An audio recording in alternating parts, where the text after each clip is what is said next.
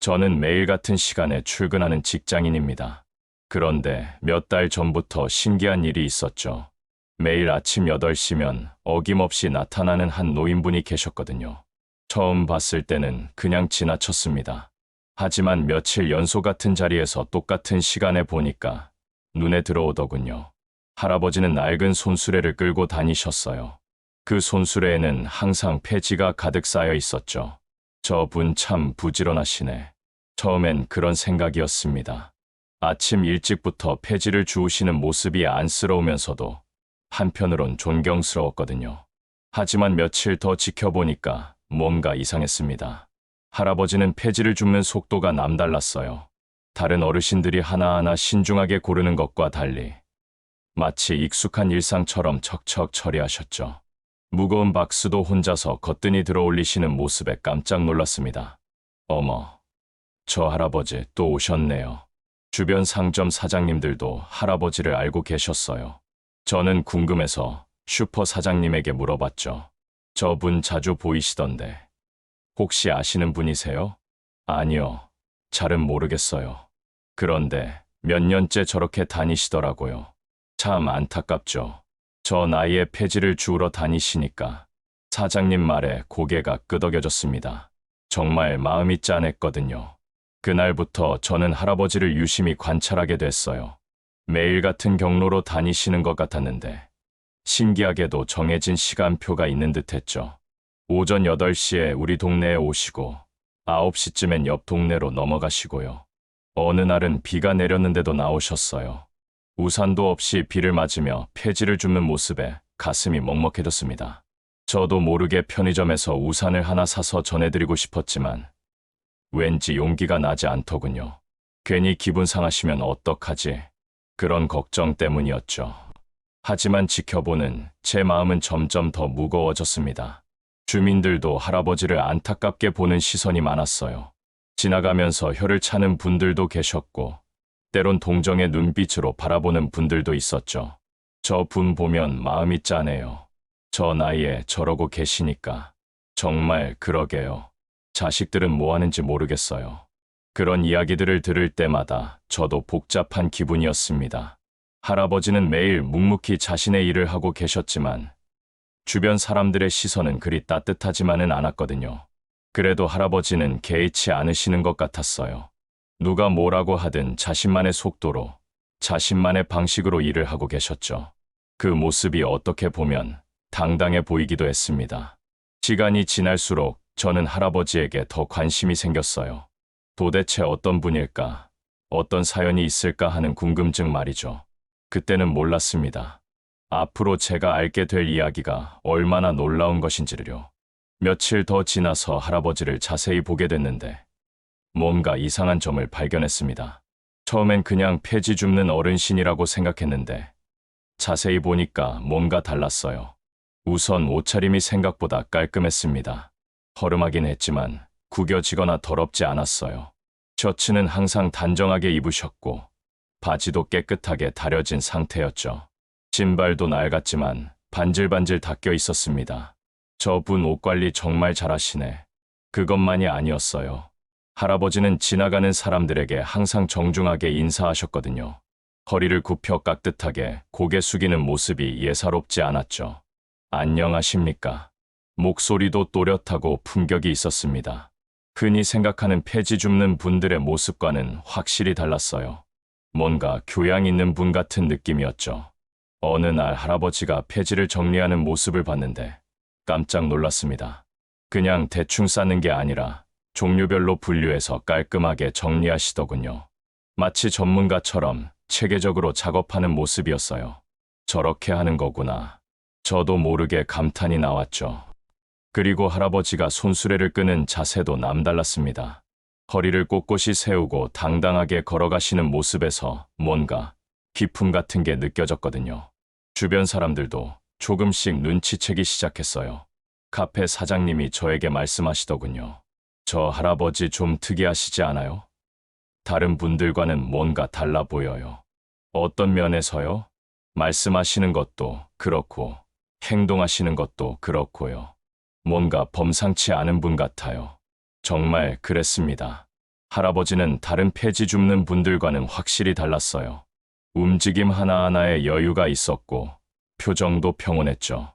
어느 날은 할아버지가 무거운 폐지 더미를 옮기는 걸 봤는데 다른 분이 도와주려고 했어요. 그때 할아버지가 하신 말씀이 인상적이었죠. 괜찮습니다. 이 정도는 충분히 할 수 있어요. 고맙습니다. 정중하면서도 자신 있는 말투였어요. 마치 누군가의 도움이 필요 없다는 듯한 느낌이었죠.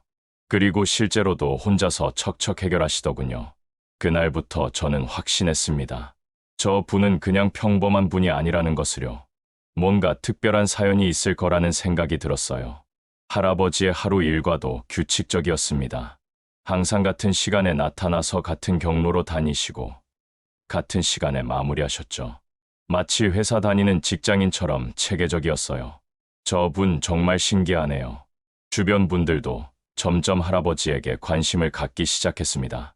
처음엔 그냥 안타까운 시선으로 봤는데 이제는 궁금해하는 눈빛으로 보더군요. 하지만 할아버지는 여전히 자신만의 세계에 집중하고 계셨어요. 남들의 시선 따위는 개의치 않으시는 것 같았죠. 오히려 그 모습이 더 당당해 보였습니다. 저는 점점 더 궁금해졌어요. 도대체 저 분은 누구일까? 왜 저렇게 폐지를 줍고 계실까 하는 생각이 머릿속을 떠나지 않았거든요. 그때는 몰랐습니다. 곧 그 궁금증이 완전히 다른 차원으로 해결될 줄은요. 그러던 어느 날, 평소처럼 할아버지가 폐지를 줍고 계시는데 한 청년이 다가갔어요. 대학생처럼 보이는 20살 정도의 젊은 남자였죠. 저는 멀리서 그 장면을 지켜보고 있었습니다. 청년이 할아버지께 뭔가 말씀드리더니 폐지를 들어주기 시작했어요. 할아버지는 처음엔 사양하시는 것 같았는데 청년이 워낙 적극적이어서 결국 도움을 받으셨죠. 저도 궁금해서 조금 가까이 가봤습니다. 그들의 대화를 들을 수 있을 정도로 말이에요. 할아버지, 이런 무거운 걸 혼자 하시면 힘드시잖아요. 청년이 정말 친근하게 말을 걸더군요. 할아버지도 미소를 지으며 답하셨어요. 고마워요. 그런데 이런 건 익숙해서 괜찮아요. 하지만 나이도 있으시고 나는 취미로 하는 거야. 건강에도 좋고. 할아버지의 대답에 저는 깜짝 놀랐습니다. 취미라고 하셨거든요. 폐지 줍는 걸 취미로 한다고 말씀하시는 분은 처음 봤어요. 청년도 비슷한 반응을 보였죠. 취미요? 정말요? 그럼 매일 집에만 있으면 답답하잖아. 이렇게 나와서 걸어 다니는 것도 운동이고 쓸모 있는 일도 하고 일석이조지. 할아버지는 정말 자연스럽게 말씀하셨어요. 마치 당연한 일처럼 말이죠. 그 모습에서 뭔가 여유가 느껴졌습니다. 청년은 할아버지와 1시간 넘게 함께 일했어요. 그러면서 이런저런 이야기를 나누더군요. 할아버지는 청년에게 여러 가지 인생 조언도 해주시고 청년도 열심히 들으면서 맞장구를 쳤죠. 할아버지 성함이 어떻게 되세요? 김정수야. 너는? 저는 박민준이라고 합니다. 근처 대학교 다니고 있어요.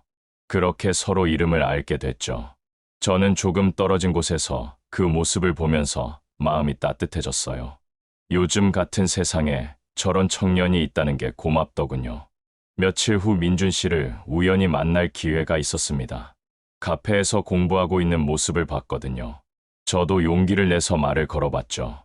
안녕하세요. 며칠 전에 할아버지 도와주시는 걸 봤어요. 민준 씨는 환하게 웃으며 대답했습니다. 아, 김정수 할아버지 말씀이시죠. 정말 좋은 분이세요. 그런데 할아버지가 취미로 한다고 하시던데 정말 그런 것 같나요? 글쎄요. 처음엔 저도 의아했는데 뭔가 다른 분들과는 달라 보이시더라고요. 민준 씨도 저와 비슷한 생각이었던 것 같아요. 그리고 며칠 후 민준 씨에게서 믿기 어려운 이야기를 들었죠. 혹시 김정수 할아버지 아세요? 제가 인터넷에서 검색해봤거든요. 네. 왜요? 깜짝 놀랄 일이 있어서요. 카페에서 얘기할까요? 그날 민준 씨와 만나서 들은 이야기는 정말 충격적이었습니다. 제가 생각했던 것과는 완전히 다른 진실이었거든요. 민준 씨가 보여준 자료를 보고 저는 입이 떡 벌어졌습니다. 컴퓨터 화면에 떠 있는 건 부동산 등기부등본이었어요. 소유자란에 분명히 김정수라는 이름이 적혀 있었죠. 이게 정말 그 할아버지세요? 네, 맞아요. 주민등록번호까지 확인해 봤는데 동일인이에요.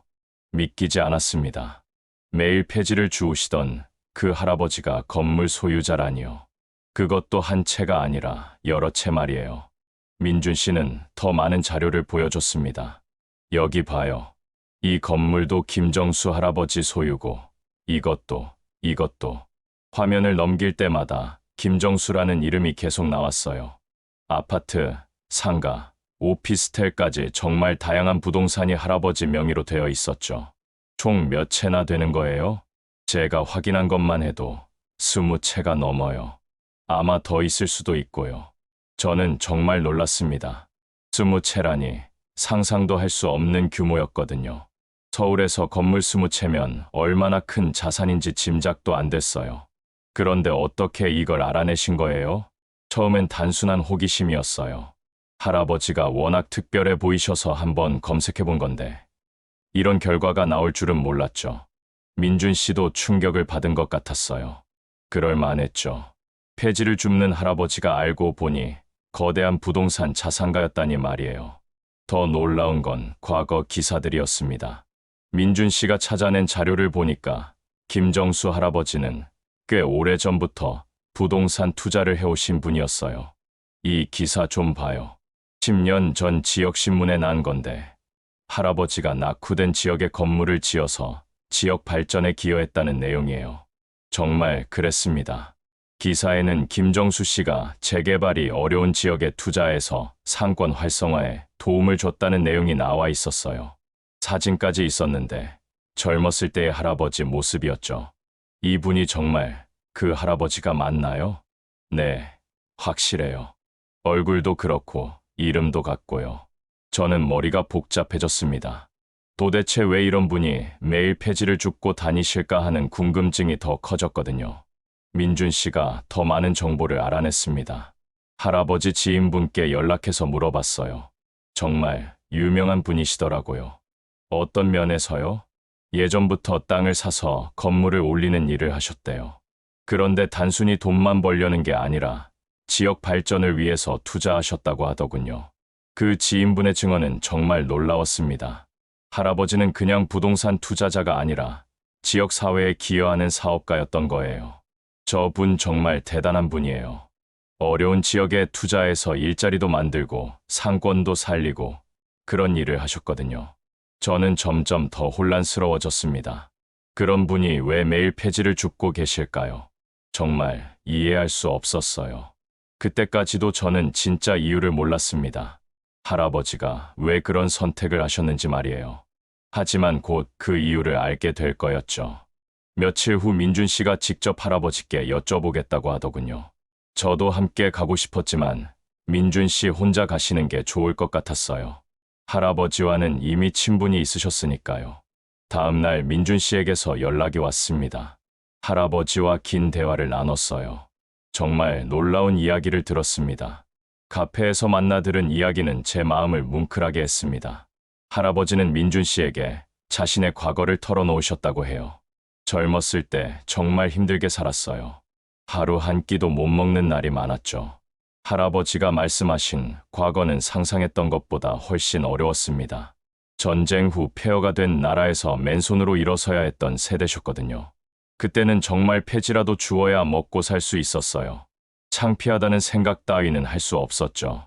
살아야 하니까. 할아버지는 20살 때부터 폐지를 주우며 생계를 유지하셨다고 했어요. 그렇게 번 돈으로 조금씩 자산을 모으기 시작하셨죠.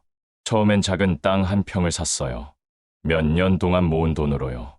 그리고 또 몇 년 모아서 조금 더 큰 땅을 사고 그렇게 계속하다 보니 지금까지 온 거죠. 정말 대단한 인생이었습니다. 폐지를 주우며 시작해서 지금은 수십 채의 건물을 소유한 자산가가 되신 거였어요. 그런데 왜 지금도 폐지를 주우세요? 민준 씨가 가장 궁금했던 질문을 드렸죠. 할아버지의 답변은 정말 의외였습니다. 그 시절을 잊지 않으려고 해요. 지금도 매일 그때의 마음으로 거리로 나옵니다. 할아버지에게 폐지 줍기는 단순한 과거가 아니었어요. 자신의 뿌리이자 초심을 잃지 않는 방법이었던 거죠. 돈이 많아지면 사람이 변하기 쉬워요. 오만해지고 겸손함을 잃게 되죠. 저는 그러고 싶지 않았어요. 할아버지는 매일 폐지를 주우며 자신을 다잡고 계셨던 거예요. 가난했던 시절의 마음가짐을 유지하기 위해서 말이에요. 그리고 이렇게 하면 세상이 어떻게 돌아가는지 알 수 있어요.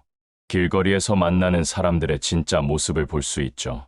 정말 깊은 철학이 담긴 말씀이었습니다. 할아버지는 단순히 과거를 그리워하는 게 아니라 현실을 제대로 보기 위해 그런 선택을 하신 거였어요. 건강에도 좋고요. 매일 몇 시간씩 걸어 다니니까 병원 갈 일도 없어요. 실용적인 이유도 있으셨죠. 정말 할아버지는 또래보다 훨씬 건강해 보이셨거든요. 민준 씨가 전해주는 할아버지 말씀을 들으면서 저는 정말 감동받았습니다. 이런 분이 계시다니 정말 존경스러웠어요. 그런데 사람들이 안타까운 시선으로 보지 않으세요? 그런 건 별로 신경 안 써요. 사람들은 겉모습만 보고 판단하는 경우가 많거든요. 내가 뭘 하는 사람인지, 왜 이런 일을 하는지는 관심 없죠. 할아버지는 정말 대인배셨습니다. 남들의 시선 따위는 개의치 않으시는 것 같았어요. 그날 밤 저는 잠을 이루지 못했습니다. 하지만 주변 사람들의 시선은 여전했어요. 그날도 할아버지가 평소처럼 폐지를 줍고 계시는데 지나가던 아주머니들이 수근거리는 소리가 들렸습니다. 저 할아버지 불쌍해 보여. 저 나이에 저러고 다니시니까. 그러게 말이야. 자식들이 뭘 하는지 모르겠어. 복지 혜택도 제대로 못 받는 건 아닐까. 저는 그 말을 들으면서 답답했어요. 할아버지의 진짜 모습을 알고 나니까 그런 편견이 더욱 안타깝게 느껴졌거든요. 어떤 젊은 사람은 할아버지를 보며 혀를 차기도 했어요. 나이 들면 저렇게 되는구나. 정말 비참해 보여. 그런 시선들 속에서도 할아버지는 태어나셨습니다. 누가 뭐라고 하든 자신만의 속도로 일을 계속하셨죠. 민준 씨가 할아버지께 그런 시선들에 대해 어떻게 생각하시는지 물어봤다고 해요. 다들 판단을 너무 쉽게 해요. 내가 괜찮다는데도 불쌍하다고 하죠. 할아버지는 웃으시면서 대답하셨다고 합니다. 사람들은 자기 기준으로 남을 평가하는 경우가 많아요. 폐지를 줍는다고 하면 무조건 가난하고 불쌍한 사람이라고 생각하죠. 정말 그랬습니다. 저도 처음에는 그런 편견을 가지고 있었거든요. 할아버지의 진짜 모습을 알기 전까지는 말이에요. 어느 날은 정말 어이없는 일도 있었어요. 한 아줌마가 할아버지께 1,000원을 주려고 하시더군요. 할아버지, 이거라도 드세요. 할아버지는 정중하게 사양하셨지만 그 아줌마는 계속 권했어요. 괜찮으세요. 저도 어려울 때가 있었거든요. 결국 할아버지가 단호하게 말씀하셨죠. 정말 고맙지만 괜찮습니다. 저는 도움이 필요한 사람이 아니에요. 그제야 그 아줌마가 물러서셨는데 표정이 영 이상하더군요. 아마 이해를 못하신 것 같았어요. 저는 그런 모습들을 보면서 참 복잡한 기분이었습니다. 사람들의 선한 마음은 고마운 일이지만 그 선입견이 때로는 상대방을 불편하게 만들 수도 있다는 걸 깨달았거든요. 할아버지는 그런 일들에 대해서도 담담하게 말씀하셨어요. 사람들이 나를 보는 시선이 어떻든 상관없어요. 나는 내가 하고 싶은 일을 하는 거니까. 정말 대단한 마음가짐이었습니다. 남들의 시선에 휘둘리지 않고 자신만의 신념을 지켜나가는 모습이 존경스러웠어요. 그런데 가끔은 따뜻한 시선도 있었어요. 단골 상점 사장님 중에는 할아버지의 진면목을 조금씩 알아보시는 분들이 계셨거든요. 저 분 남다르시더라고요. 말씀도 그렇고 행동도 그렇고. 맞아요. 뭔가 품격이 있으세요. 그런 말을 들을 때면 저도 기분이 좋았어요. 할아버지의 진가를 알아보는 분들이 계시다는 게 다행이었거든요. 하지만 대부분의 사람들은 여전히 겉모습만 보고 판단했습니다. 할아버지가 얼마나 대단한 분인지 모르고 그냥 불쌍한 노인으로만 보는 거였죠. 저는 그런 모습들을 보면서 많은 걸 생각하게 됐어요. 우리가 평소에 얼마나 쉽게 남을 판단하는지, 그리고 그 판단이 얼마나 편견에 치우쳐 있는지 말이에요. 할아버지는 그런 시선들 속에서도 흔들리지 않으셨습니다. 오히려 그런 경험들을 통해 세상을 더 깊이 이해하고 계셨죠. 정말 지혜로운 분이라는 생각이 들었어요. 어느 날 비가 내려서 폐지 수거를 할 수 없었던 날이었어요. 저는 용기를 내어 할아버지께 커피 한 잔 대접하고 싶다고 말씀드렸습니다. 할아버지는 기꺼이 응해 주셨죠. 동네 작은 카페에 앉아 있는 할아버지의 모습은 정말 자연스러웠어요. 마치 평생 이런 곳에서 시간을 보내온 것처럼 여유로우셨습니다. 커피를 주문하고 앉으니 할아버지가 먼저 입을 여셨어요. 젊은이 덕분에 좋은 시간을 보내네. 아니에요. 제가 더 감사하죠. 그때 저는 정말 궁금했던 걸 물어봤습니다. 도대체 어떻게 그렇게 큰 부자가 되셨는지 말이에요. 할아버지는 커피를 한 모금 마시고 천천히 대답하셨습니다. 특별한 비결은 없어. 그냥 포기하지 않고 꾸준히 한 것뿐이야. 그 말씀이 너무 단순해서 오히려 더 궁금해졌어요. 할아버지는 계속 설명해 주셨죠. 처음엔 정말 작은 땅 한 평부터 시작했거든. 쪽방촌 근처 누구도 관심 없는 땅이었어. 할아버지의 눈빛에서 그때의 간절함이 느껴졌습니다. 그 땅을 사기 위해 몇 년을 군다시피 살았지. 라면으로 끼니를 때우고 옷도 헌 옷만 입고 저는 지금의 할아버지 모습과 비교해보며 상상해봤어요. 정말 힘들었을 그 시절을요. 하지만 그때가 있었기에 지금이 있는 거야. 40년 넘게 하나씩 늘려나간 결과지. 할아버지의 말씀을 들으며 저는 성공이 하루아침에 이루어지는 게 아니라는 걸 깨달았습니다. 그런데 할아버지가 더 중요한 말씀을 하셨어요. 근데 젊은이, 정말 중요한 건 따로 있어. 뭔가요? 돈이 많아도 몸이 움직이지 않으면 소용없다는 거야. 할아버지는 자신의 몸을 가리키며 말씀하셨습니다. 80이 넘은 나이에도 불구하고 정말 건강해 보이셨어요. 내 나이 또래 부자들 봐봐. 대부분 몸이 안 좋아서 병원 신세지고 있거나 집에서만 지내고 있어. 그럼 돈이 무슨 소용이겠어? 정말 일리 있는 말씀이었습니다. 아무리 많은 돈이 있어도 건강을 잃으면 의미가 없다는 것 말이죠. 할아버지는 계속 말씀하셨어요. 그래서 나는 매일 몸을 움직이려고 해. 폐지 줍는 것도 일종의 운동이거든. 아, 그런 의미도 있었군요. 맞아. 새벽 공기도 마시고 동네 사람들도 만나고 나름대로 의미 있는 시간이야. 할아버지의 말씀을 들으니 정말 지혜로운 분이라는 생각이 들었어요. 그런데 할아버지가 더욱 깊은 이야기를 해주셨습니다. 그리고 또 하나 중요한 게 있어. 할아버지는 잠깐 멈추시더니 진지한 표정으로 말씀하셨어요. 내가 진짜 아끼는 자산은 건강과 초심이야. 초심이요? 그래. 가난했던 때의 마음가짐 말이야. 그때의 간절함과 겸손함을 잃으면 안 돼. 할아버지의 철학이 정말 깊다는 걸 느꼈습니다. 단순히 돈만 많은 부자가 아니라 진정한 지혜를 가진 분이셨어요. 요즘 사람들은 돈만 많으면 부자라고 생각해. 하지만 내가 보기엔 그게 아니야. 그럼 진짜 부자는 뭔가요? 할아버지는 잠깐 생각하시더니 대답하셨습니다. 마음이 풍족한 사람이지. 감사할 줄 알고, 나눌 줄 알고, 겸손한 사람. 그 말씀이 정말 가슴에 와닿았어요. 진정한 부는 물질적인 것뿐만 아니라 정신적인 것까지 포함하는 개념이라는 걸 깨달았거든요. 나는 가난할 때도 행복했고, 지금도 행복해. 그게 진짜 부자가 아닐까. 할아버지의 여유로운 미소를 보며 저는 인생의 큰 가르침을 얻었다는 생각이 들었습니다. 진정한 부자란 단순히 돈이 많은 사람이 아니라 삶의 진정한 가치를 아는 사람이었던 거죠. 할아버지와의 만남을 통해 저는 정말 많은 것을 깨달았습니다. 그리고 이 이야기를 여러분께 꼭 전하고 싶었어요.